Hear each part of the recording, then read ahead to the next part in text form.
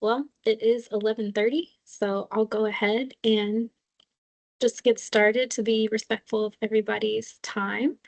If anyone wants to share, no pressure. If you want to share a little bit about maybe what brought you here to this information session, and then we'll just to get to know you. My name is Elise Stokes. I guess you should get to know me. So, my name is Elise Stokes. I'm a doctoral program manager. I work with the Doctor of Social Work programs and the PhD in social work programs. We also have with us today Dr. Shawnice Miller, who has worked extensively in several of our programs, and so she's with us as well. So, if there is anyone out there that wants to just share kind of what they're looking for, I just want to create space for that.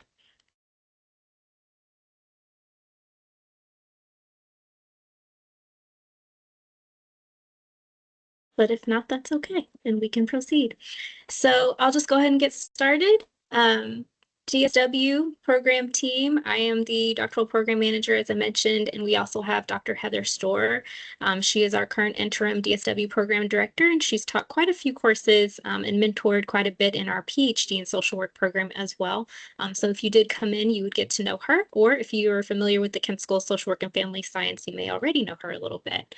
I also like to showcase some of our faculty that teach within the DSW program. Of course, we have Dr. Miller with us in this session today, but there's several other faces. Again, if some of you are alumni, you may already know some of these folks, but I just kind of like to show some faces so you get an idea of who you'd be kind of meeting if you did come into the program. All of our faculty are really supportive and great with our doctoral students, and they have a wide breadth of experience and expertise in various areas as well. Some additional faculty, so these folks may not necessarily teach within the program, but they may be supporting in a different way, such as being a capstone chair or offering mentorship in a different light. We also have some part-time faculty that I just kind of wanted to mention because they are our DSW alumni as well. So it's really great when we have folks graduate and they're interested in continuing some time in academia. And it's nice if we can bring them back in and then they can teach our future folks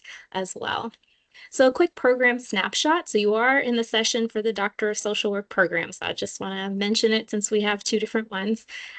Credit hours for right now will be 44 credit hours. Our focus is leadership development and teaching. If you have been kind of looking around at other DSW programs, they may have different concentrations and they also may have a different focus. So some DSW programs are much more clinically focused or they may offer different concentration areas. So I just want to mention we are not clinically focused and our focus is on leadership development and teaching.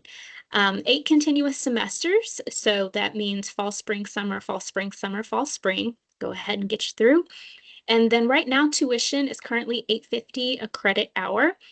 I always suggest to just take a look at our tuition pages and our bursar pages because tuition does fluctuate each academic year. If you are someone who is active military, you may have a completely different rate than students who are not. Or if you are maybe an employee and you get or tuition remission from your employer in some way, that can also affect your total amount. So always touch base with financial aid or the bursar's office directly if you have any questions of what your payment may end up being. Some general program highlights. Again, 8 semesters continuous enrollment. We do have a culminating assignment at the end. It's a capstone project that everyone will work toward in their 3rd year, and I will go over that in a little bit more detail in a future slide. The program is 100% online, so you do not have to have any residency in the state of Kentucky. You do not have to live in Louisville to participate in this program. The only time that we actually hope students come to campus is for their graduation, but outside of that, you are not required to do any travel toward us unless you want to. We're always happy to have our students stop by if they want to visit. You will have a few synchronous sessions with your professor, and they will let you know what those dates are. We always try and keep it very consistent. So it's usually a Wednesday night at 7 p.m. on some date of choice for that instructor. And like I said, they always let students know ahead of time for that semester. It gives them a chance to connect with you all, answer questions, go over any supplemental materials with your assignments and things like that. Outside of that, expect the program to be completely asynchronous and again, 100% online. Some general program outcomes: promoting lifelong learning. We're very trauma-informed and anti-oppressive practices. I'm sure that's as no shock to you all coming into a school of social work, and aiming to develop scholar practitioners in leadership and teaching in higher education. I'm not going to read all of these program goals to you, but I just wanted to have them up here so you can kind of get an idea of some of our overall curriculum objectives and our degree plan objectives as well. So you will have an opportunity to analyze and improve models of social service and leadership. We want to prepare you to kind of put more of that knowledge and leadership in practice moving forward. And of course, we're going to have some additional tools to set you up for success. Whatever your career pathway is kind of looking toward, we hope to assist with that. This is an example. This is pretty much, as of now, this is accurate of what your course structure would look like. And so you can see, first of all, I want you to just kind of take a look at some of the course titles. It'll give you a little bit of an idea of some of the content you can look forward to. And then I also want to just kind of point out what I was speaking of with some of that continuity as you're moving through the fall, spring, summer. You'll notice that there's a breakup of courses. So you'll see this fall semester, you have DSW 700, and then you have DSW 701. So our particular program does move on a bit of an accelerated class track. So you take one course every 8 weeks. So for 8 weeks in that fall semester, you'll take 700, and then the next 8 weeks, you take 701. And we do kind of have that continuously throughout our program. So you'll notice in year 2, there's a practicum coming in. So you still take the one class for 8 weeks, and then the second class for 8 weeks, and you'll have a continuous practicum assignment as well. And in year 2, there are 2 different practicums. There is another slide that we'll go into a little bit more detail, but I just wanted you all to kind of see the course structure. And then, of course, year 3, you're solely working on your capstone project. So you'll have your university candidacy status, and then you'll have your capstone course, and you'll have an assigned chair and mentor that will help you. And there's also going to be a full capstone committee that will also walk you through that entire process. So now we're moving into experiential learning. So as promised, the practicum experiences and the capstone experiences we're going to touch on right now. Dr. Shawnice Miller has done a wonderful job with leading the initiative for the leadership and teaching practicum. So I'm going to pause here and allow her to go ahead and elaborate on some of the pieces that you would look forward to in both of those experiences. Thank you, Elise. And for those that are here, I love to be interactive. So you do not have to wait to the end to ask your questions. So as I'm kind of giving an overview of what that leadership practicum looks like, and then the teaching practicum, I will break it up into 2. Please ask me your questions, and you don't have to wait until the end. But during year 2, I work with the students throughout the entire year during their experiential learning practicum experiences. So in the fall, it will be your leadership courses as well as your leadership practicum. And in order to prepare for this fall semester of year 2, I like to start working with the students that are in year 1 in the spring semester. So essentially around this time of year 1, I'll try to pop in and talk about how to prepare yourself for year 2 when you transition into the leadership courses in the leadership practicum. So what this looks like is that the students will identify a professional mentor, and that professional mentor can be anyone that has the skill sets, the leadership skills, just any type of attributes of being a leader that you admire and also aspire to be. So if you are in an agency and there's someone there that you look to that is an effective leader, then by all means, we definitely encourage you to reach out to that individual and ask if they will be your professional mentor. So the goal is to have someone that's local for you whether that's in your agency or in another organization. But if not, I, as what will be considered your faculty mentor when it comes to your leadership experiences, I am more than happy to help you find someone to be your professional mentor. But while you're working with your mentor, you will be working to develop some different skill sets, some competencies, and you would develop a project that you will be working on throughout the entire semester. So as Elise explained, there's two. Ginger, were you wanting to say something? Yes, I apologize if Oh, I'm interrupting, but no, go ahead. does this person, the leadership mentor, need to have a social work background or that social work degree? Does what qualifications regarding education does that need to be? So that is an amazing question, and I'm glad that you asked it because we have not stipulated that this individual needs to be a social worker.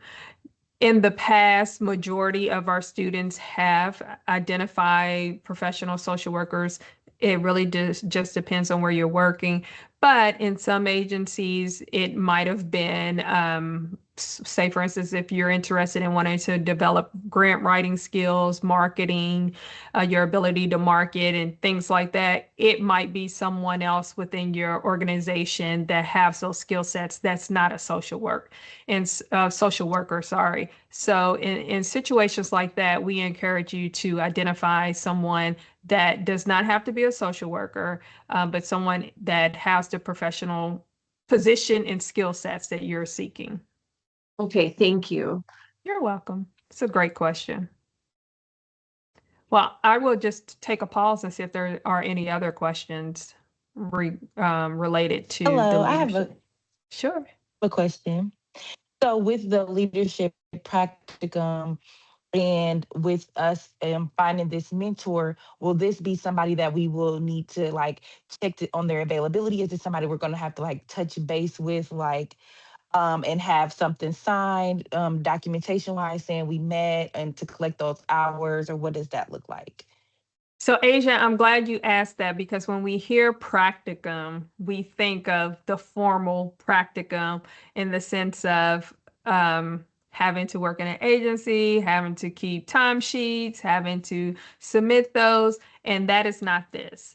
So, the word practicum is here, but it's really not a practicum in the traditional sense. So, no, you do not have to get them to sign off on hours. We encourage you to meet with them at least weekly to touch base because you will be working on a project essentially throughout this time. But it's not that structured to where they need to be signing things. Now, I will say when Elise had, I think it was the previous slide where she had the listing of all the different courses that you will take. There is what it will be DSW 714, which is the leadership practicum. So that is a pass-fail course. So there will be in the course essentially where you're doing some reflections on your meeting with your professional mentor, but it's not anything that's required of your professional mentor to do.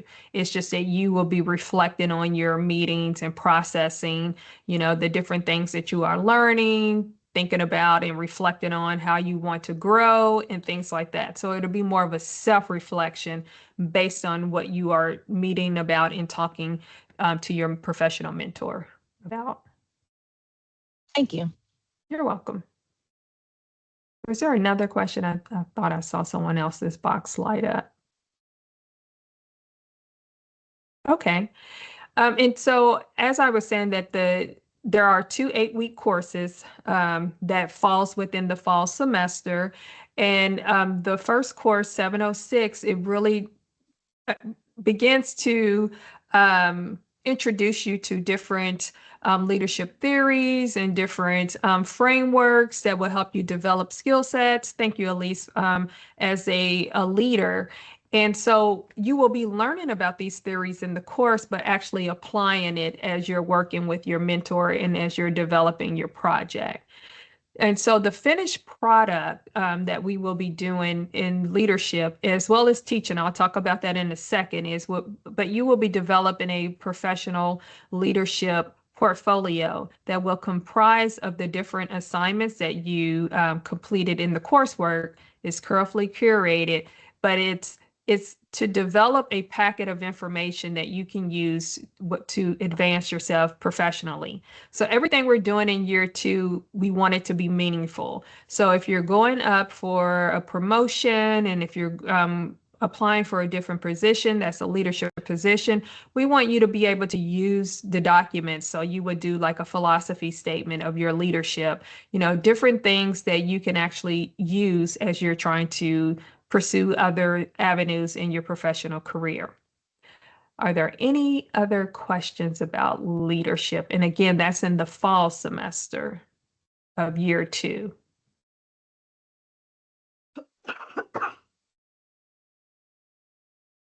Okay, so now we're in the spring semester now, so I'm working with students that are in their teaching courses and in their teaching practicum.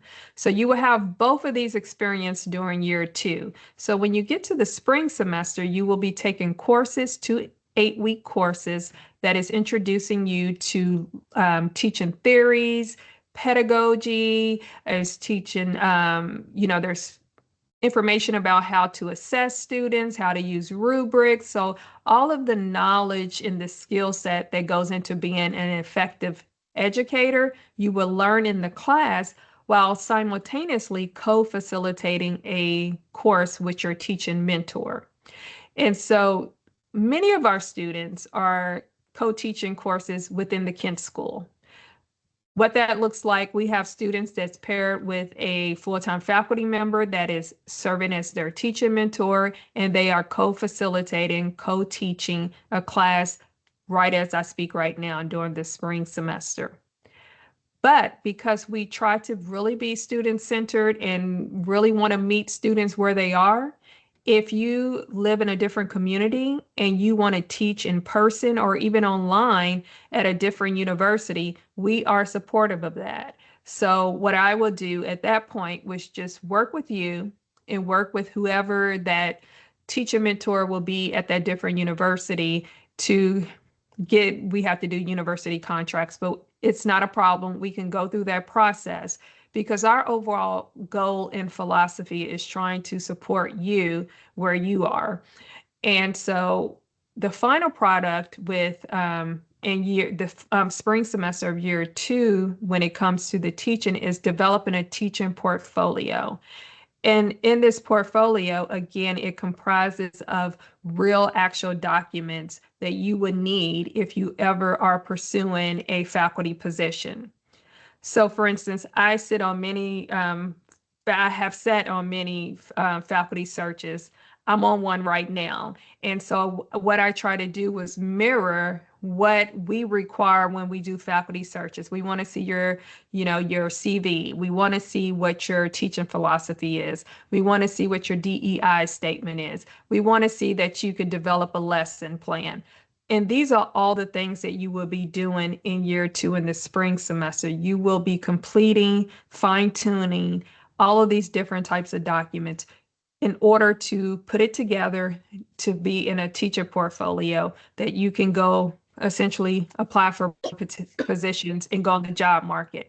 And I will say that I'm very proud that I've had students that after the spring semester, they started teaching in the summer because they used their teacher portfolio and applied to different universities to begin teaching. I'm working with a student that was with me during year 2 that is now in year 3 that is on the job market. I'm actually meeting with her tomorrow because she used again her documents for to apply for a teaching position. And so now she has a campus visit. So we're going to meet tomorrow to kind of practice and go over what that might look like. So everything that we do during year 2, I'm very intentional about it being useful. So I'm very big on not just giving assignments, not just giving busy work, but I want it to be real meaningful things that you can actually use these materials in order to advance yourself professionally. Now, is there any questions about the teaching and the teaching practicum?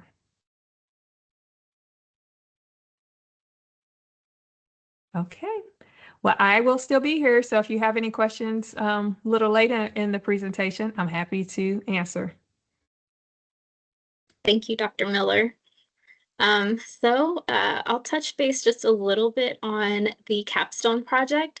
So in the summer prior to your capstone project is in year 3, so that fall and that spring semester of year 3. But in that summer prior to it, you all will also have the opportunity to work on a proposal for your capstone project. So you're already going to get a little taste of what it might feel like.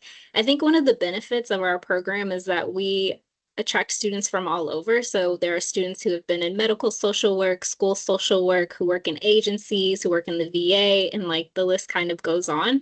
So your capstone project can be tailored to kind of what you're passionate about, things that you're noticing and seeing that would use some benefits of policy change. So I had one student, she did her capstone assignment on I think she titled it, Where Are All the Black LCSWs? What are the barriers to the exam coming in? There is another student who focused on kind of like the trauma-informed care in hospital settings or medical social work. There's been another student who did hers specifically on patients with dementia. So it's kind of like a wide scope. There's no particular topic that you have to do. We want it to be something that is meaningful to you. And there's going to be some pieces with that. So you see here some data collection or using secondary analysis. It'll be an original evidence-informed project and designed to inform future practice. So even our alumni, we like for them to come back, and we are having a future event sometime in late March where our alumni are going to come back and just kind of share how their capstone project helped, kind of either elevate their profession or how they utilized it in practice even now. So we want it to be something meaningful to you. If you're familiar with maybe a dissertation or a thesis defense, it's kind of a similar piece in the sense that you will have a paper to compose and you will do an oral presentation. So they work out pretty well. It's always exciting to see the different things that students end up coming up with as far as what they want to implement and analyze. So it's been a positive experience, I think, for students so far. And as mentioned, you're working on this with your capstone chair, and you do have a capstone committee that kind of assists you through that process in a supportive fashion. Do you have any questions about the capstone project, just in general? Question. Yes. I have a question. While I know that the program is all online, is Yes. capstone presentation, do we have to come down for this and do this in person? Absolutely not. This online. Students Okay. typically will have, now when you're even working with your capstone chair or the other committee members, that's all virtual as well. So kind of making edits and having those conversations all virtual. Your presentation will be virtual. Usually students will create some sort of slide deck that goes along the movement of their information that they're trying to disseminate.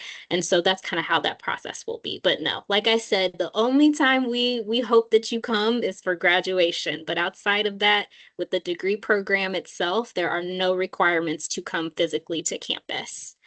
And then a hand is up, Sarah.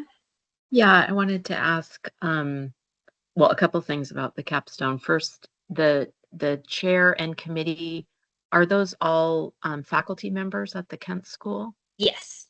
And we Okay. do, I think all of them are full-time faculty. So yeah, all of them right now are full-time faculty. Okay.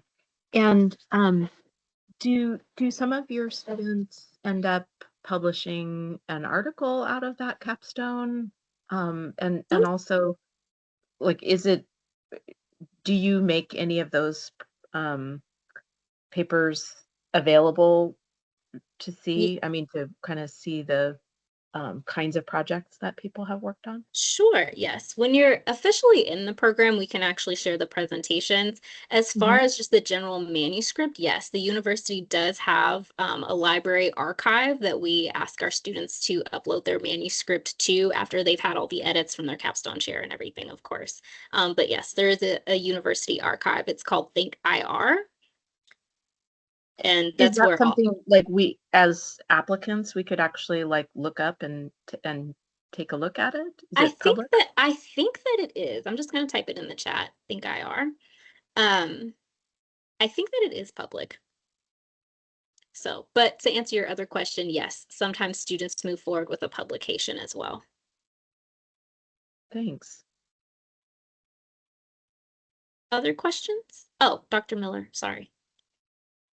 Yeah, thanks, Elise. I wanted to add to that. Sarah, do you have an overall interest in engaging in scholarly, publications and presentations and things like that?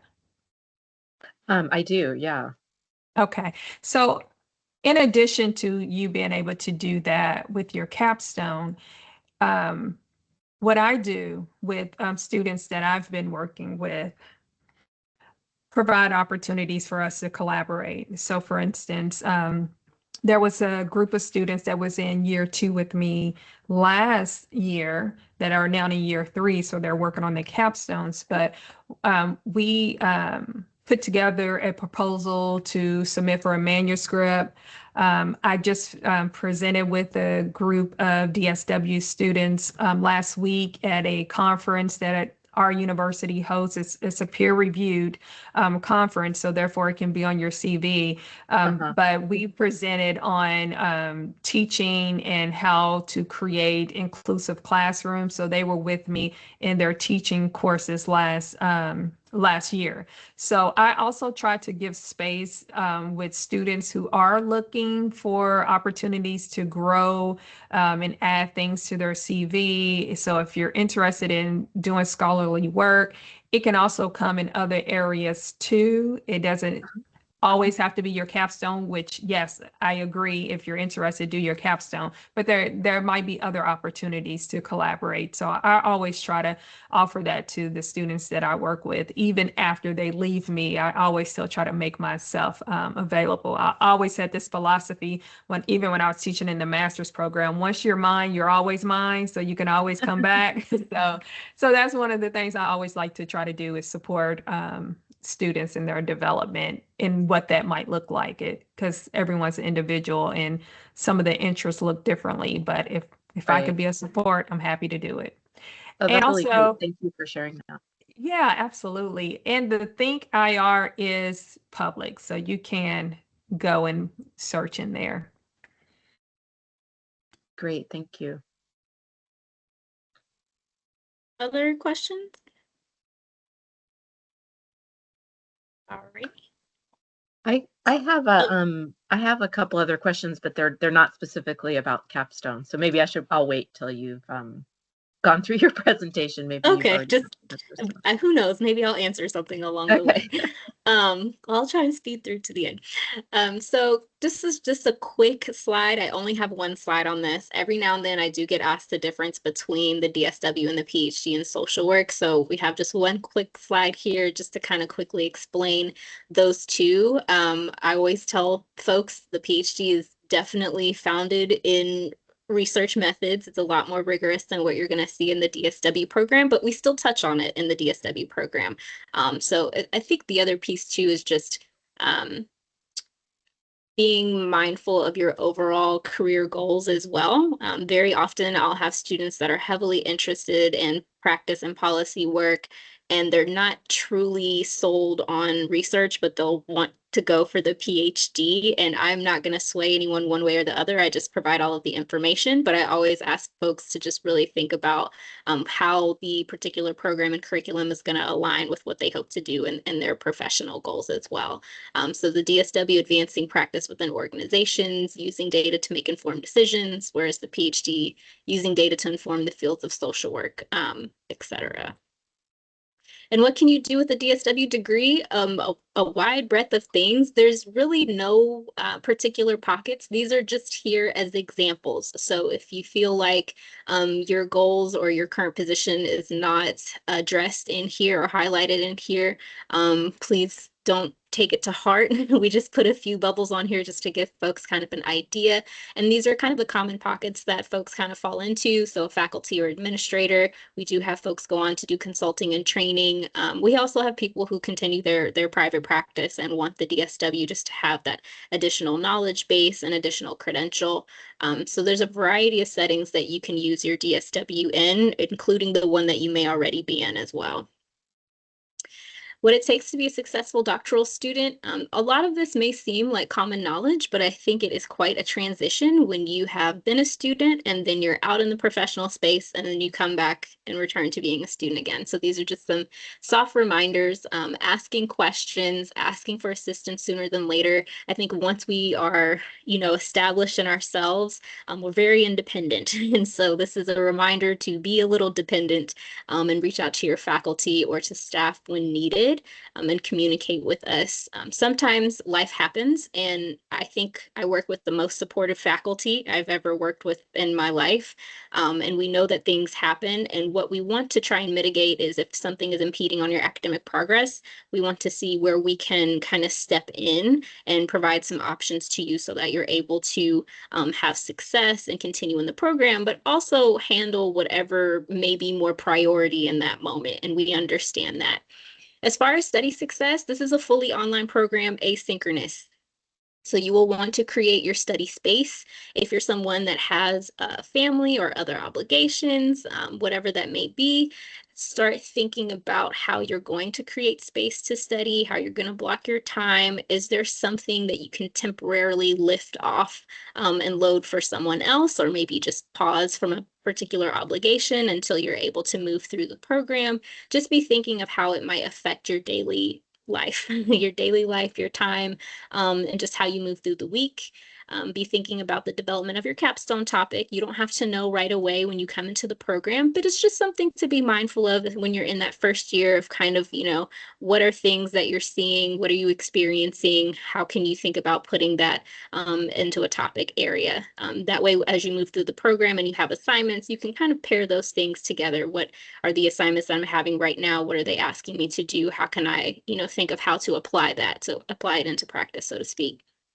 The other piece too, just general support success, take care of yourself in a nutshell. Don't forget to take care of yourself. You are going to be dedicating a lot of hours. It's a doctoral program, so it's going to be like another part-time job to whatever you have already going on. So just kind of be mindful to take care of yourself so that you're able to be successful. So that includes just the basic needs as well, and building your positive support system. This is something I ask PhD students often before they come in. Who is your support system going to be? Because a doctoral program is really hard work, and sometimes life is already a little challenging without it. So just be thinking about who you have around you. We're going to be there as a support for you, of course, on that academic front, but it's great if you can also think about what can be supportive to you in your personal life as well, or also in your current employment life as well. So if you have maybe some supervisors that you've been talking to this about, that's great. Maybe they're willing to help you be a little bit more flexible in your workday so you can make room for this program. So as far as when you come into the program, we do have an online orientation. Everything's online. So usually in July, we do, it's set up as once a week for 4 weeks. So Wednesday evening, 7 p.m., first week of July, moving through all 4 weeks of July, we'll have some different orientation activities to get you used to the learning platform, to get you used to submitting assignments, to kind of remind you of things you may have forgotten about since the last time you were in school. So this may have to do with APA style. It may have to do with certain statistics or something like that, just to brush you up some and get you reoriented. So that's why we have those sessions, and we have them scattered out so that it doesn't take up too much of your time. It also gives you an opportunity to participate in cohort activities. So you all will heavily rely on each other. Every cohort has a WhatsApp or a GroupMe or something where they, depend on one another for advice, support with assignments. And so that's another way that you're going to kind of get some of that peer mentorship, so to speak.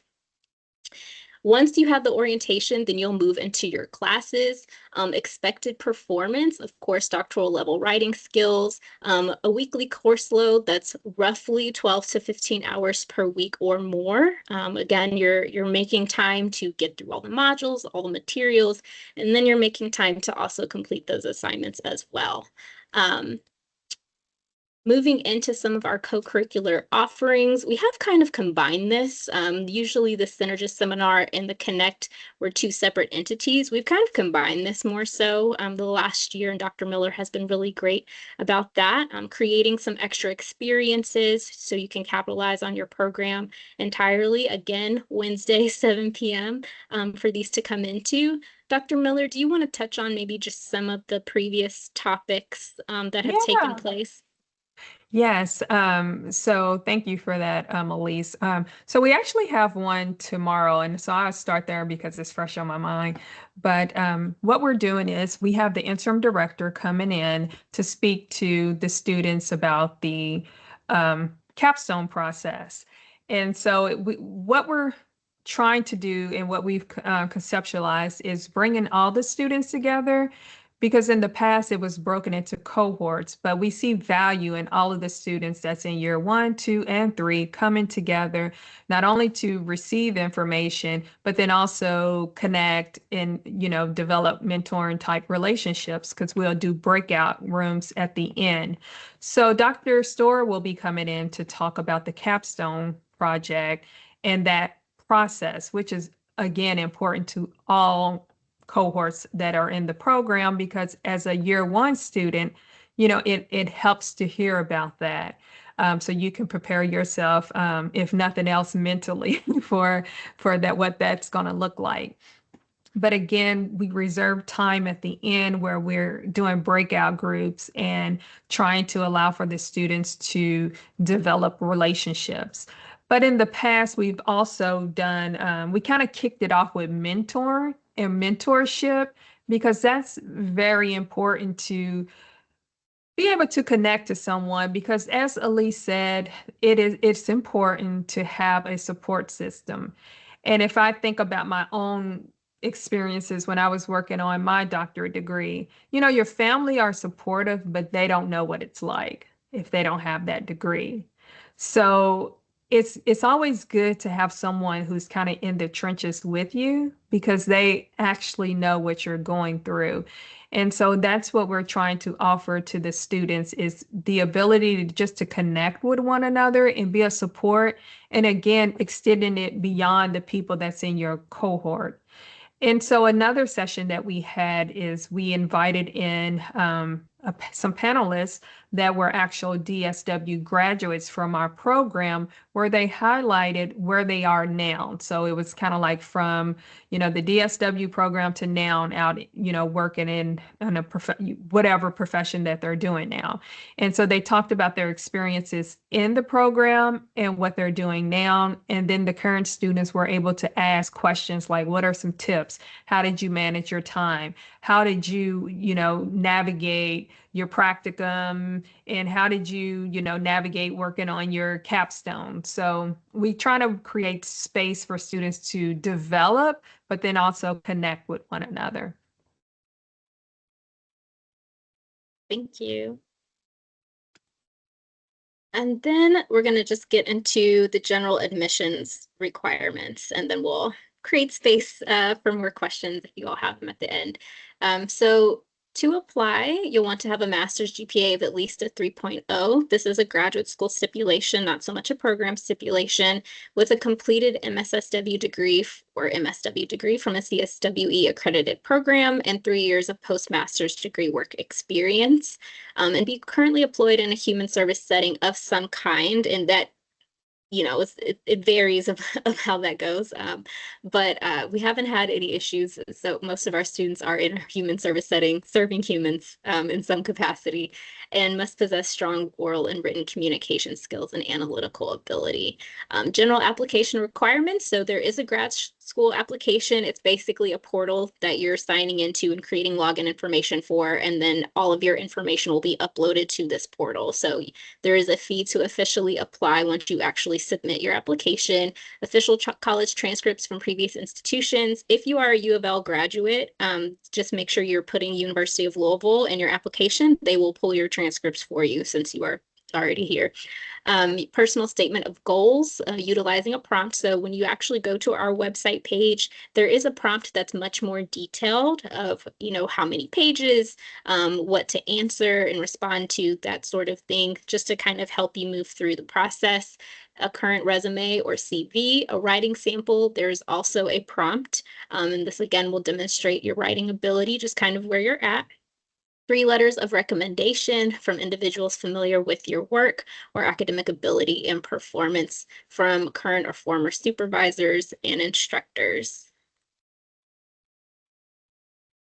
Application checklist. I think we pretty much have this. Perhaps that was a little redundant. I apologize.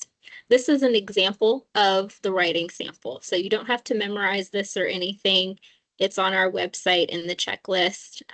This is exactly detailed just how it is here. So just be mindful for the writing sample and the personal statement. There are prompts for that just to kind of move you through. The general application process. So once your application is complete, as in it has all materials, I will take a look at it just for review, and then I move it forward to committee review to have our committee members review it as well. The committee members will make a judgment call of, yes, we should move forward with this applicant for interview.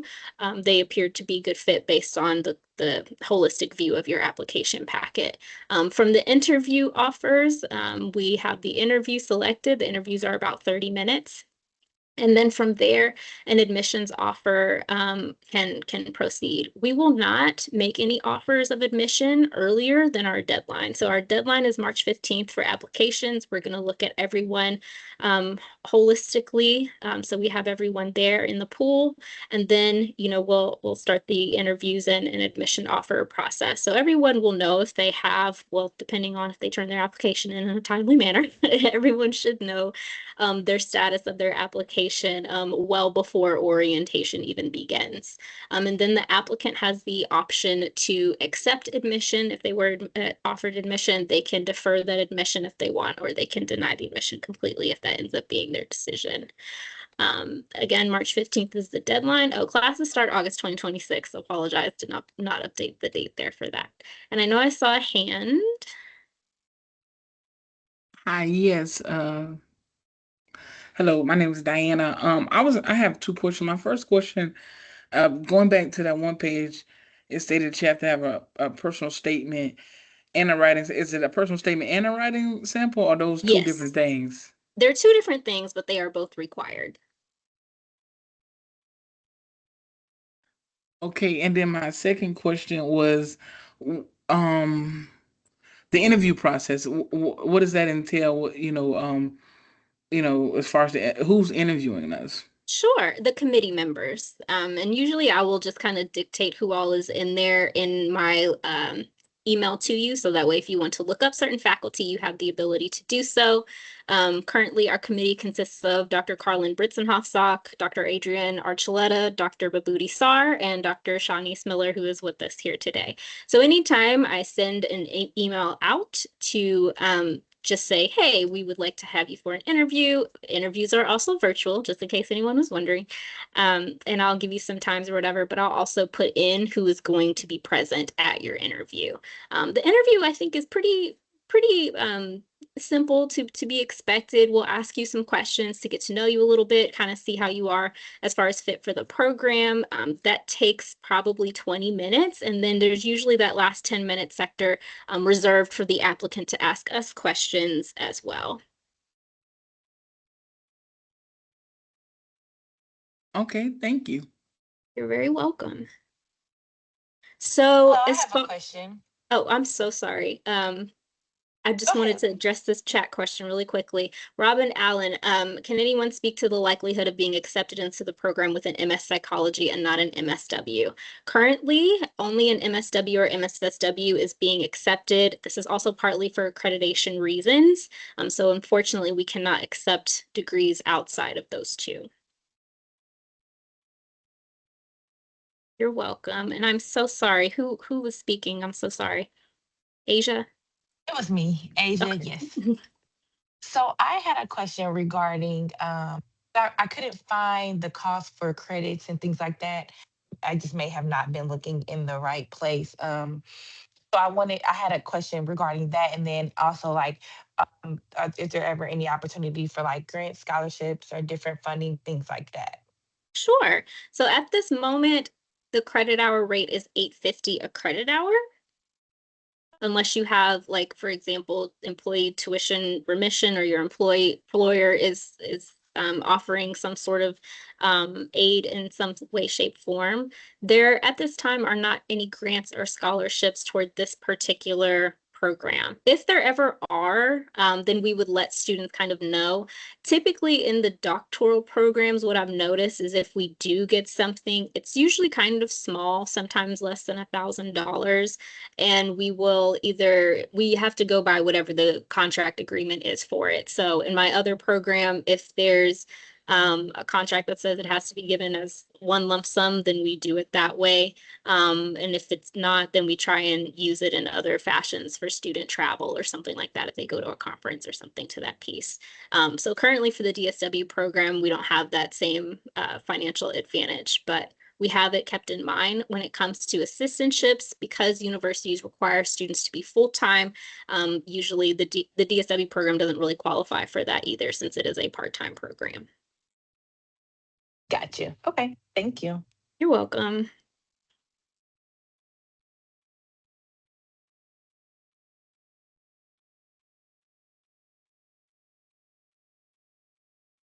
I see a chat being written, so I'm just being patient.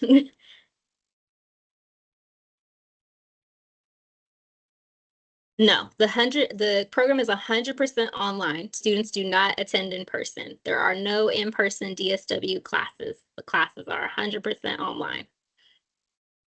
Other questions?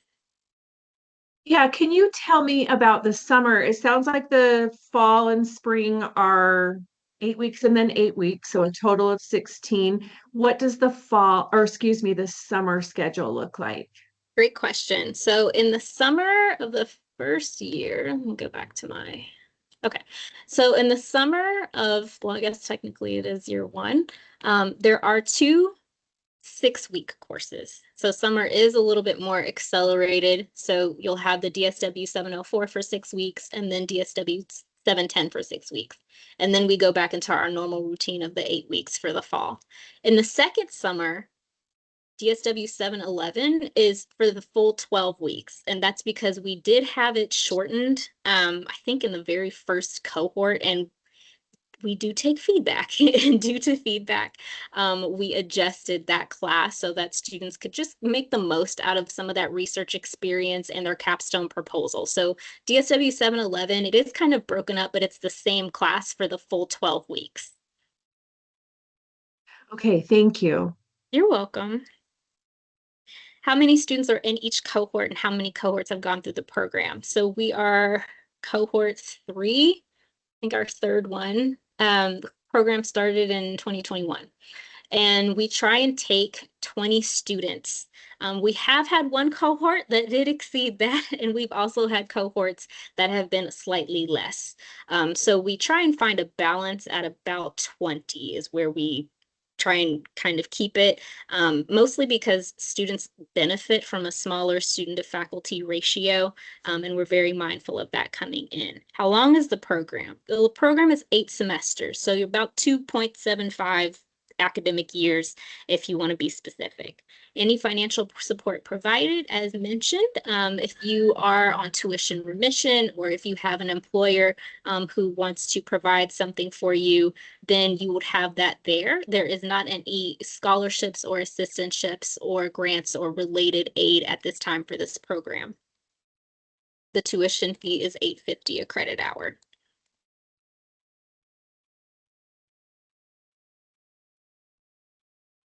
Do you know sorry, thank you.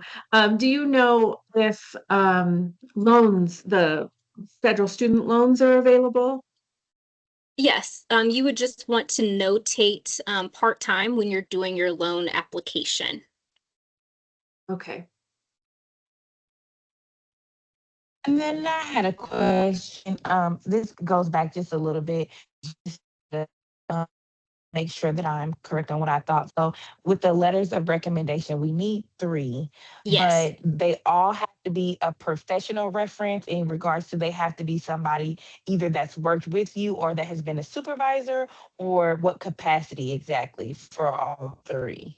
So you could also, if you're still in touch with academic instructors, an instructor can also be a suitable reference for you as well. Yes, preferably if you end up not having that ability. We usually say if students haven't been in, college within 5 years, it's okay for them to supplement for supervisors because you're fully in your profession where you've had a professional journey thus far. So someone that can attest to that, we would not want it to be a personal reference or someone that's just a general coworker that can't attest to any of your skills or how you might be a great fit in a rigorous academic program. We want someone to kind of really know you well and know your abilities and things to that nature. I have a question to go along with that. So, some people in mind, but I also have a little reservation because a lot of the work I do is like contract work and independent work. So we're not really like directly hands on, like, or directly involved with our supervisor. That's not to say my supervisor won't do that for me, but what happens if I do run into that, type of dilemma? That's might be a better question to take offline, to do some consultation about that. Meaning, like, maybe we can set up a time for you to kind of explore and touch base with this with Elise, rather than having it in this space. Okay, thank you. That sounds good.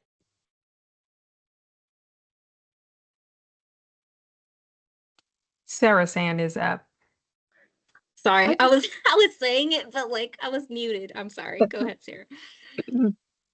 I wanted to get an idea of how many different faculty from the Kent School might we be kind of working with? Like, are there specific faculty who just work with the DSW? Oh, here you've got a slide right for it.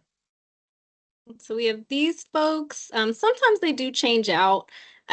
We have some additional faculty here who work on capstone assignments.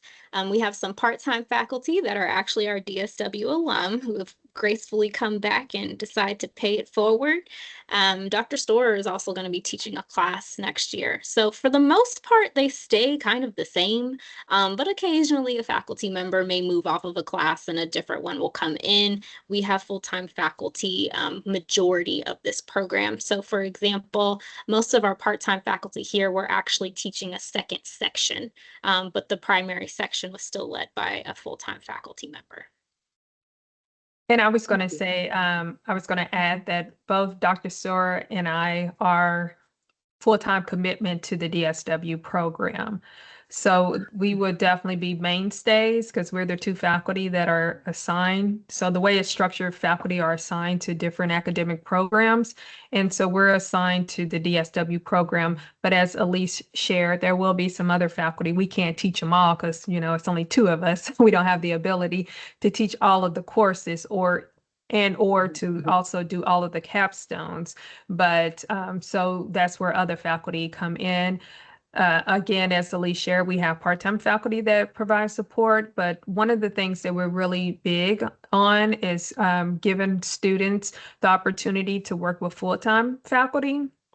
And so I think that you will find, unlike some of the other DSW programs out there, that ours is really heavily taught by, mentored by full-time faculty who have experiences in teaching, research, um, chairing committees, serving as capstone chairs, serving as dissertation chairs. So a lot of us have a lot of great experience that can be of great value to our DSW students. Thank you. Other questions?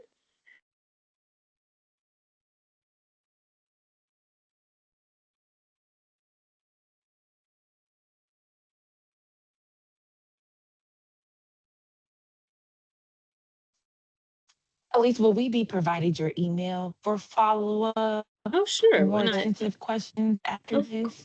of course. And you can also do DSW Kent at louisville.edu as well.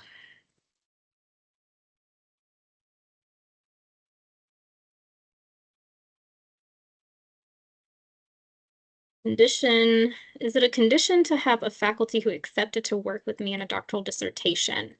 I'm not sure I totally understand the question. If it's a condition to have a faculty who accepted to work with me. Are you asking if a faculty member has to agree to be your mentor to be in the program? No. No. So faculty capstone chairs are assigned usually around the beginning of year 2. So it's not a condition or anything like that. Now, a PhD program, it's not really conditional there either in a PhD program, but it is common to have students have an idea of the research interest area and their particular faculty member that they would like to work with. It's never a guarantee. The DSW program doesn't quite work like that. So you're assigned kind of naturally when you come in to different folks that we have. And sometimes it is if they have kind of an aligned area, like if you're in medical social work, Dr. Carlin Britzenhoff has a lot of research interest in areas in palliative care and health and things like that. So we do try to pair you up that way, but it's not a requirement for faculty to specifically agree on you as a student to be their chair in order for you to be accepted into the program.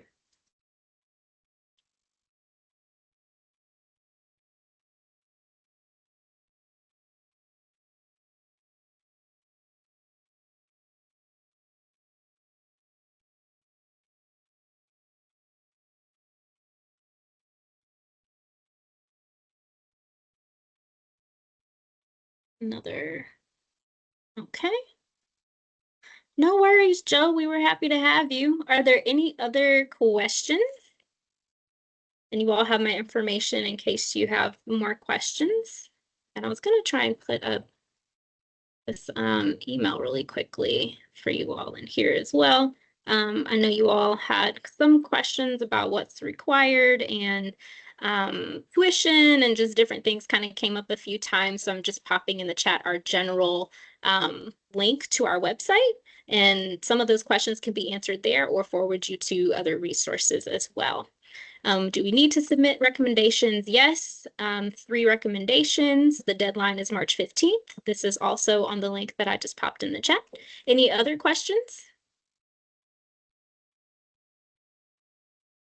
Well, all right. Well, I will let you all reclaim your 3 minutes of time. Thank you so much for being here with us today. Everyone should receive a recording of this meeting, so you can, rewind if you need to. But again, you have my information if you do want to reach out and you have questions. So it's been a pleasure, and have a great day, everyone. Thank you so much. Have a great day. You too. Thank you.